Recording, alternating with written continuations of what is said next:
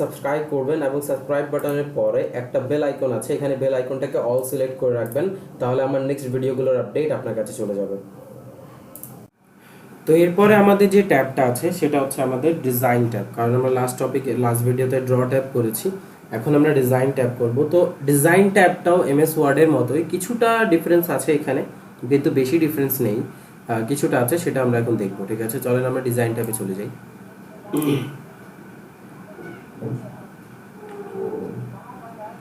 দেখেন এখানে ডিজাইন ট্যাবে যে প্রথম অপশন আছে এটা হচ্ছে থিমস অপশন। তো থিমস অপশন বোঝার জন্য আপনাকে অবশ্যই এই জিনিসটা বুঝতে হবে যে থিম আসলে কি। থিম হচ্ছে একটা ভ্যারিয়েন্ট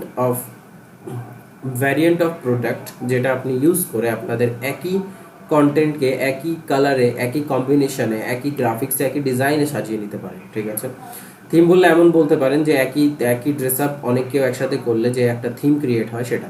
তো থিম আপনারা কোনো কিছু ডিজাইন করবেন, কোনো কিছুকে কোনো ফরম্যাট করবেন, তো থিমস কি করে সেটাকে আগে থেকে ডিজাইন, ফরম্যাট, কালার, ব্যাকগ্রাউন্ড সব কিছু দিয়ে রাখে, সেটা আপনাকে জাস্ট পরে নিজের মতো করে জাস্ট ডেটা এডিট করতে হয়। ঠিক আছে, কন্টেন্ট জাস্ট এডিট করতে হয়, বাকি সব কিছু থিম করে রাখে। তো আমরা জাস্ট এখান থেকে যে কোনো একটা থিম সিলেক্ট করে নিতে পারবো। থিম, জাস্ট একটা থিম ক্লিক করলাম, দেখেন আমাদের এই যে ইয়েটা আছে, যে স্লাইডগুলো আছে, এই স্লাইডগুলো আমাদের ওই থিমে কনভার্ট হয়ে যাবে। এবার আমরা কিছু টাইপ করলে সেইভাবেই লেখা হবে। ঠিক আছে, তো আমরা এখানে কিছু করলাম, এখানে কিছু লিখলাম। ঠিক আছে, তো এইভাবে করে আমাদের ডেটাগুলো এইভাবে টাইপ হবে এখন থেকে, যদি আমরা থিমটা চেঞ্জ করে ফেলি। এরপর আমি যদি নতুন একটা পেজ নেই, কন্ট্রোল এম দিয়ে নতুন একটা স্লাইড নেই, সেম ওয়েতে আসবে। ঠিক আছে, থিম চেঞ্জ হবে না। আচ্ছা, একটা থিমসের মধ্যে আবার অনেকগুলো ভ্যারিয়েন্ট থাকে, যদি আপনি অনেকগুলো ভ্যারিয়েন্ট নিয়ে কাজ করতে চান, অর্থাৎ এই কালার কম্বিনেশনগুলো চেঞ্জ হয়ে যাবে।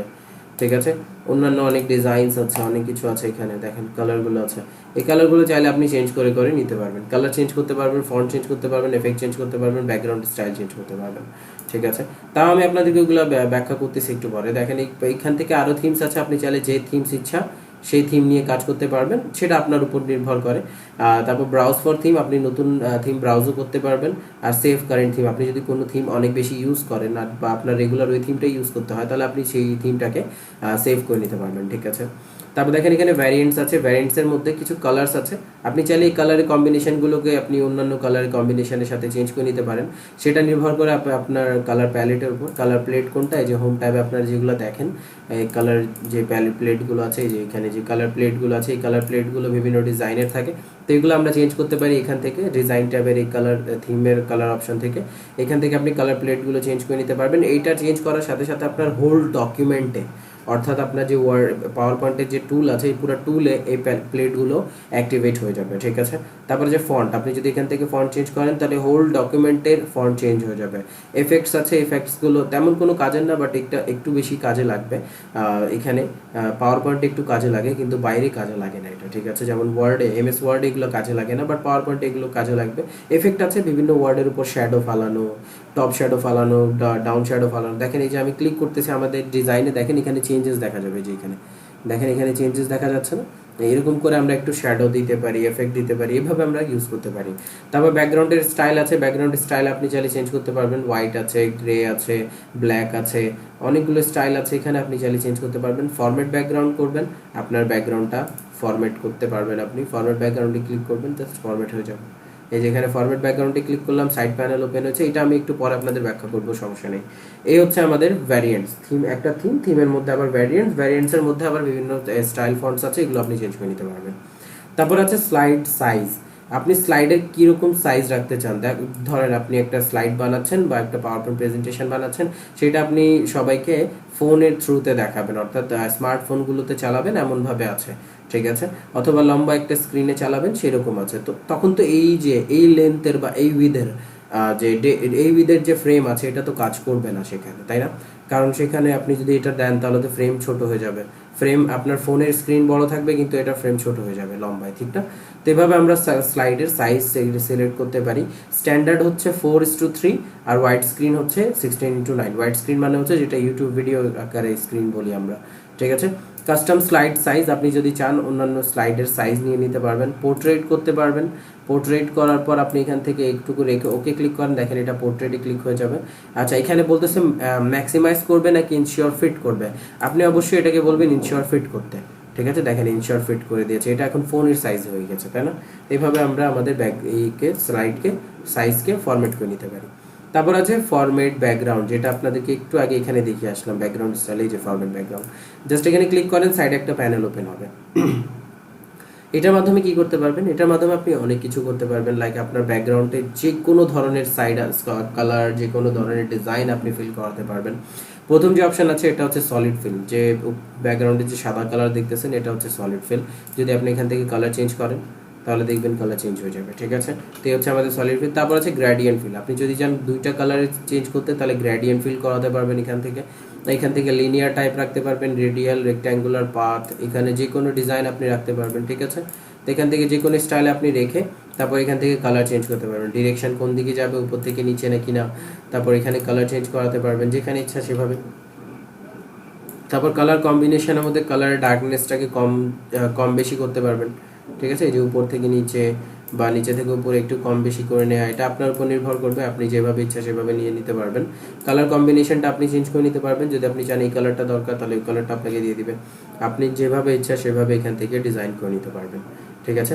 তারপর এখানে একটা অপশন আছে অ্যাপ্লাই টু অল, যদি আপনি চান একটা স্লাইডে শুধু থাকবে তাহলে একটা স্লাইডে দিতে পারেন, আর আপনি যদি চান না পুরোটুকু স্লাইডে যতগুলো স্লাইড আছে সবগুলোতে চলে আসবে তাহলে অ্যাপ্লাই টু অল চলে যাবে। আর যদি আপনি চান রিসেট ব্যাকগ্রাউন্ড করতে তাহলে রিসেট ব্যাকগ্রাউন্ড ক্লিক করবেন, রিসেট হয়ে যাবে আবার, ঠিক আছে? তারপর দেখেন পিকচার ও টেক্সচার ফিলস, পিকচার্স আপনি চাইলে এখানে পিকচার অ্যাড করতে পারবেন আপনার ব্যাকগ্রাউন্ডে, যেমন এই যে পিকচার ও টেক্সচার ফিলে আসলাম আমরা, ইনসার্টে ক্লিক করেন, ইনসার্টে ক্লিক করার পর অনলাইন থেকে একটা পিকচার নিই, পিকচার নেওয়ার পর আমরা এখানে লিখে দিতে পারবেন, ঠিক আছে? যে কোনো একটা পিকচার আপনি নিতে পারবেন, আমি উদাহরণস্বরূপ যে কোনো একটা পিকচার নিচ্ছি, আমি এখানে লিখি একটু বার্গার,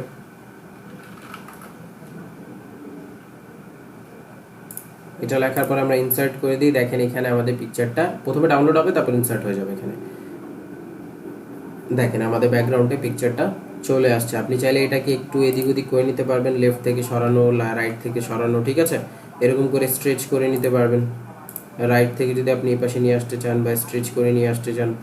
আমি আপাতত 0 0 রাখতেছি, সব কিছু 0 0 রাখার চেষ্টা করতেছি, কারণ আর আমাদের দরকার নেই। টপ থেকে আপনি যদি চান একটু উপরে নিচে বাড়িয়ে নিতে পারবেন, আমি 0 করে দিচ্ছি, ঠিক আছে? তাহলে একটু সুন্দর দেখা যাবে। তার বটম থেকে আমি একটু 0 করে দিচ্ছি, তাহলে স্ট্রেচ বেশি হবে না, জিনিসটা সুন্দর দেখা যাবে, ঠিক আছে? তারপর এইরকম হচ্ছে আমাদের পিকচার ইউজ করতে পারবো। আর যদি আপনার মনে হয় না পিকচার ইউজ করবেন না, টেক্সচার ফিল এরকম থাকবে, এরকমই থাকা উচিত, আপনি যদি এখান থেকে অন্য কোনো টেক্সচার দিতে চান তাহলে টেক্সচার দিতে পারবেন, ঠিক আছে? এখান থেকে যে কোনো একটা টেক্সচার সিলেক্ট করেন, এটা টেক্সচারের মতো চেঞ্জ হয়ে যাবে, ঠিক আছে? এইটা হচ্ছে পিকচার আর টেক্সচার ফিলের মাধ্যমে, ঠিক আছে? তো এই হচ্ছে আমাদের পিকচার আর টেক্সচার ফিলের মাধ্যমে যে অপশনটা আছে সেটা। তারপর আছে প্যাটার্ন ফিল, আপনারা যদি প্যাটার্ন ফিল অন করেন দেখেন বিভিন্ন প্যাটার্ন আছে, এখানে বিভিন্ন ডিজাইন, বিভিন্ন প্যাটার্ন আছে, এগুলো চাইলে আপনি নিজের ব্যাকগ্রাউন্ডে অ্যাড করতে পারবেন, যেভাবে ইচ্ছা সেভাবে কালার চেঞ্জ করতে পারবেন, যেভাবে ইচ্ছা সেভাবে ব্যাকগ্রাউন্ডের যে কালার আছে সেটাও চেঞ্জ করতে পারবেন, টেক্সচারের কালার চেঞ্জ করতে পারবেন, ব্যাকগ্রাউন্ডের কালার চেঞ্জ করতে পারবেন। যদি আমি ব্যাকগ্রাউন্ডের কালারটা করে দিই ব্ল্যাক আর টেক্সচারের কালারটা করে দিই হোয়াইট, তাহলে দেখবেন এখানে ডিজাইনটা চেঞ্জ হয়ে যাবে অটোমেটিক্যালি, ঠিক আছে না? তা আবার যদি আমি ব্যাকগ্রাউন্ড করে দিই হোয়াইট আর টেক্সচার করে দিই হলো ব্ল্যাক, তাহলে দেখেন ব্ল্যাক কালারের টেক্সচার চলে আসবে। তো এই হচ্ছে আমাদের texture fill and pattern fill, ঠিক আছে? তারপর আমরা এটাকে কি করব, সলিড ফিলে চলে যাব। এই হচ্ছে আমাদের যে ব্যাকগ্রাউন্ড ফরম্যাট ব্যাকগ্রাউন্ড আছে সেটা। তো এই হচ্ছে আমাদের টোটাল ডিজাইন ট্যাব আর ফরম্যাট ব্যাকগ্রাউন্ড, ঠিক আছে? তো এই ভিডিওতে এই পর্যন্তই থাকবে, কারণ এটা বেশি লেন্দি না, আপনাদেরকে বেশি বলে আমি সময় অপচয় করবো না সেখানে।